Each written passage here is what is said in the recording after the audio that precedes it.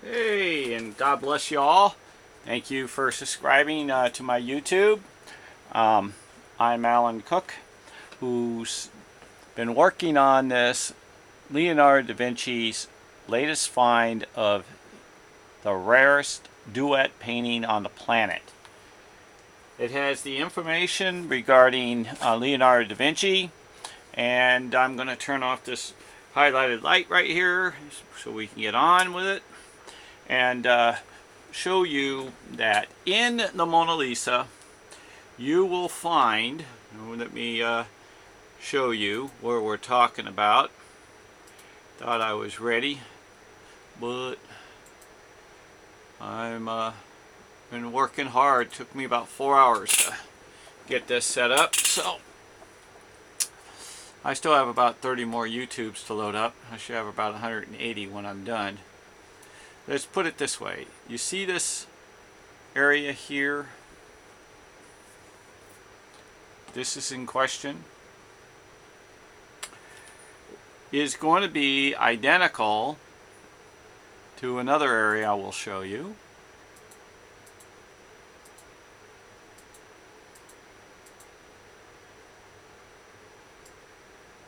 Okay, you cannot miss that image. I call it the backwards 5, the C, and backwards S. So now I'm just going to drop that down, and I'm going to show you where it's located on Dion. It's located in many places. Don't think not, because Leonardo da Vinci is a copy machine for those who have been following.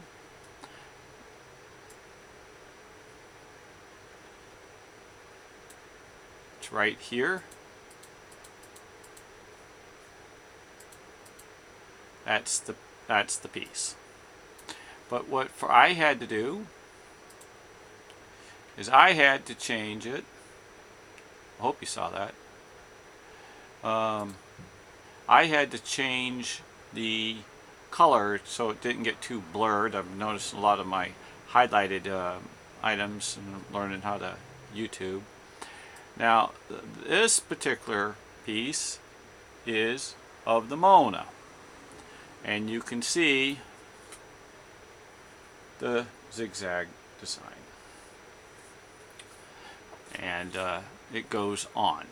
Now, this is a very well hidden Dion, and it also has the design, like a 2 or so, backwards S, whatever. Okay, if you see this round cat along with others in a possum, fox and animals, and this, they look like eyes within the face. Okay, let me pull this down, and you see how this has an eye and an eye. Okay, and you're going to see how these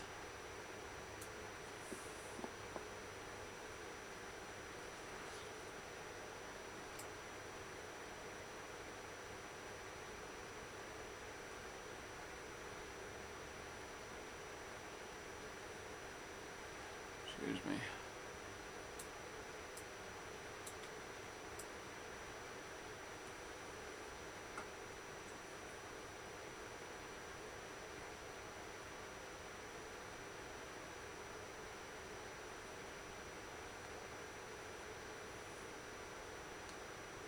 How they line up. And then they also scoot down to when you end up following it, because if you remember Leonardo da Vinci, his work moves. So in other words, it floats all over. But these are the 2 high parts. And you also can put it right here, because what he does is he shadows. But if you look at them side by side, see the S, okay, and then you see the loop, this one's, okay. When you get into his work, you will see that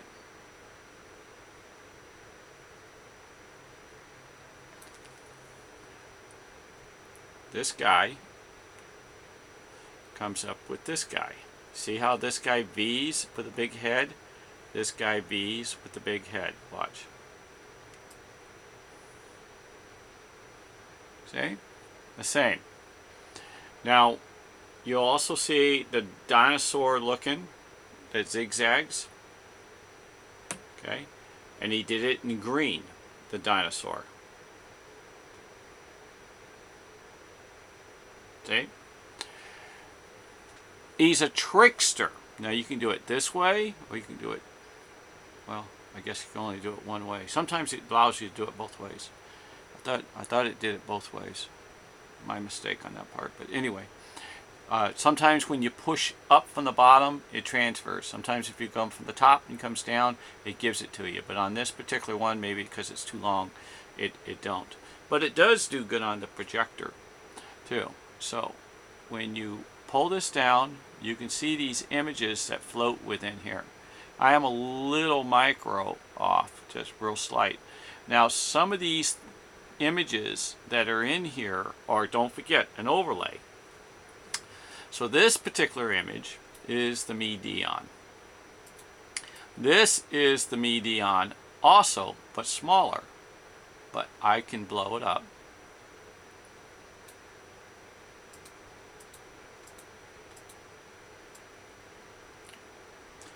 Of course, it's an X-ray. Well,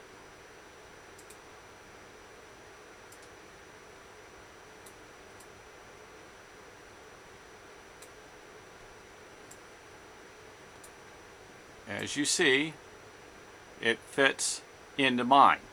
And the reason why it fits into mine, even though it's off, is because it's under different layers that changes it slightly. Okay? So that's where this one fits, which is the twin to the X-ray. Okay? See how that fits? So when you see a variation, there's a variation because it's layers. Now if I take this,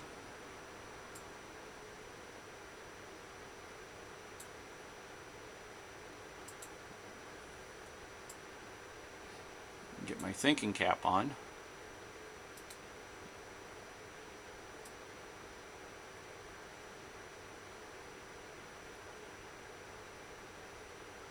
There you go, right there. It's the same, under different chemicals and layers.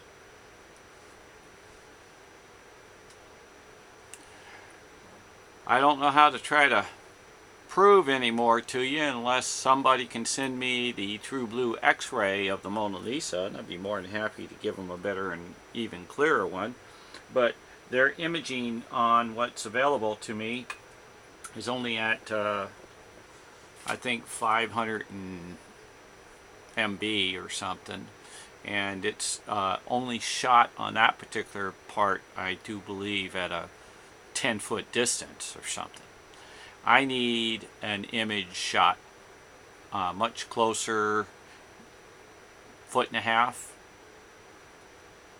and it has to be an X-ray of 10 different, 100 different types of layers, and then also I need it shot 1 inch off the ground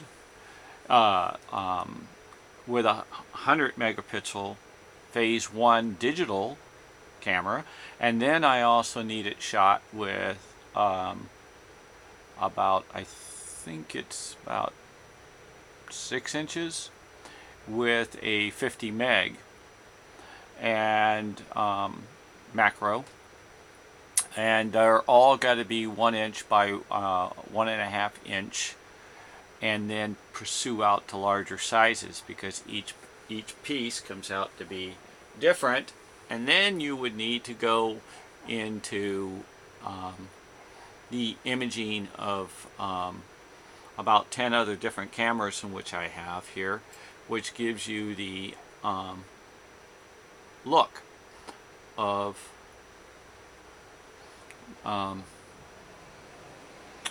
different macro shots, because cameras from phones are pretty good. I have a 41 megapixel 1020, which unfortunately didn't give me what I want, what I was seeking, and but you know, there's a lot of imaging in which I got that I didn't get that I was seeking.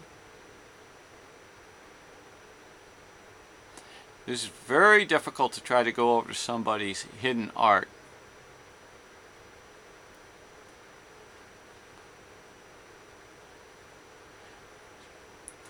Isn't it beautiful how someone hides their love? This is hidden love. He hid his love good, didn't he? Boy, did he hide his love. I hope you see what I'm talking about. You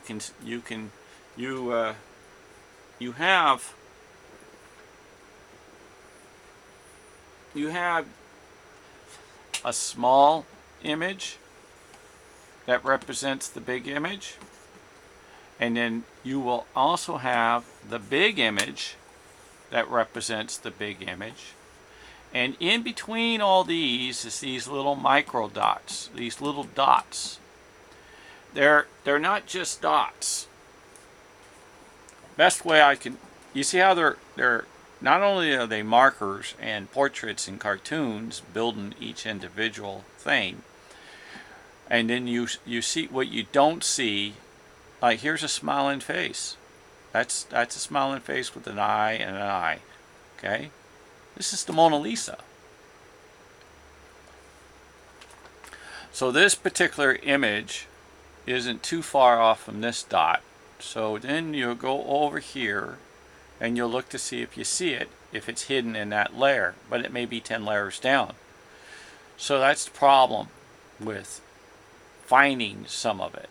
Sometimes you have to go and find the main piece that cuts, then you find the main piece that cuts. Now when you see how this comes down and it keeps going, how this comes down and then it cuts, well, this is where he put an overlay to hide this particular part. But if you follow it further, you'll see how it does go down to here. Luckily for me to show you that, you can see that. If you see here, there's a guy with a long nose, but he's on the top. The problem is that when you have multi-little colors building the individual, it gives him the better opportunity to even hide what's under his, because he can reverse the colors. And so this guy, when you go to put him up here, is going to be very difficult to see. So you may only see him out of green and blue if you add it all together.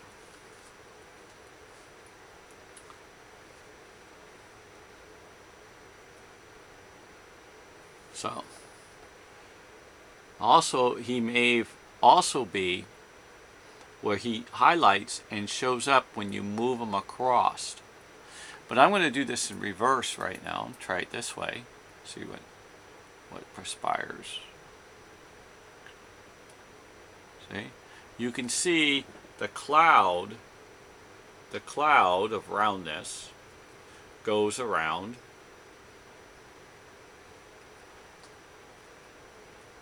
See? He does things in reverse. If you see how there's a kind of looking little guy with a big C, and then you can see the guy, and you can see the similar of the C.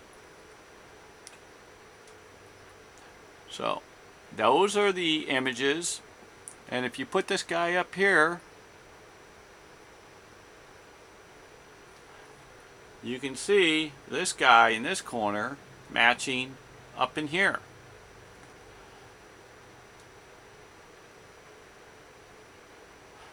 You see this image here? It's an angle. It's cut. Let me pull it down. You see it?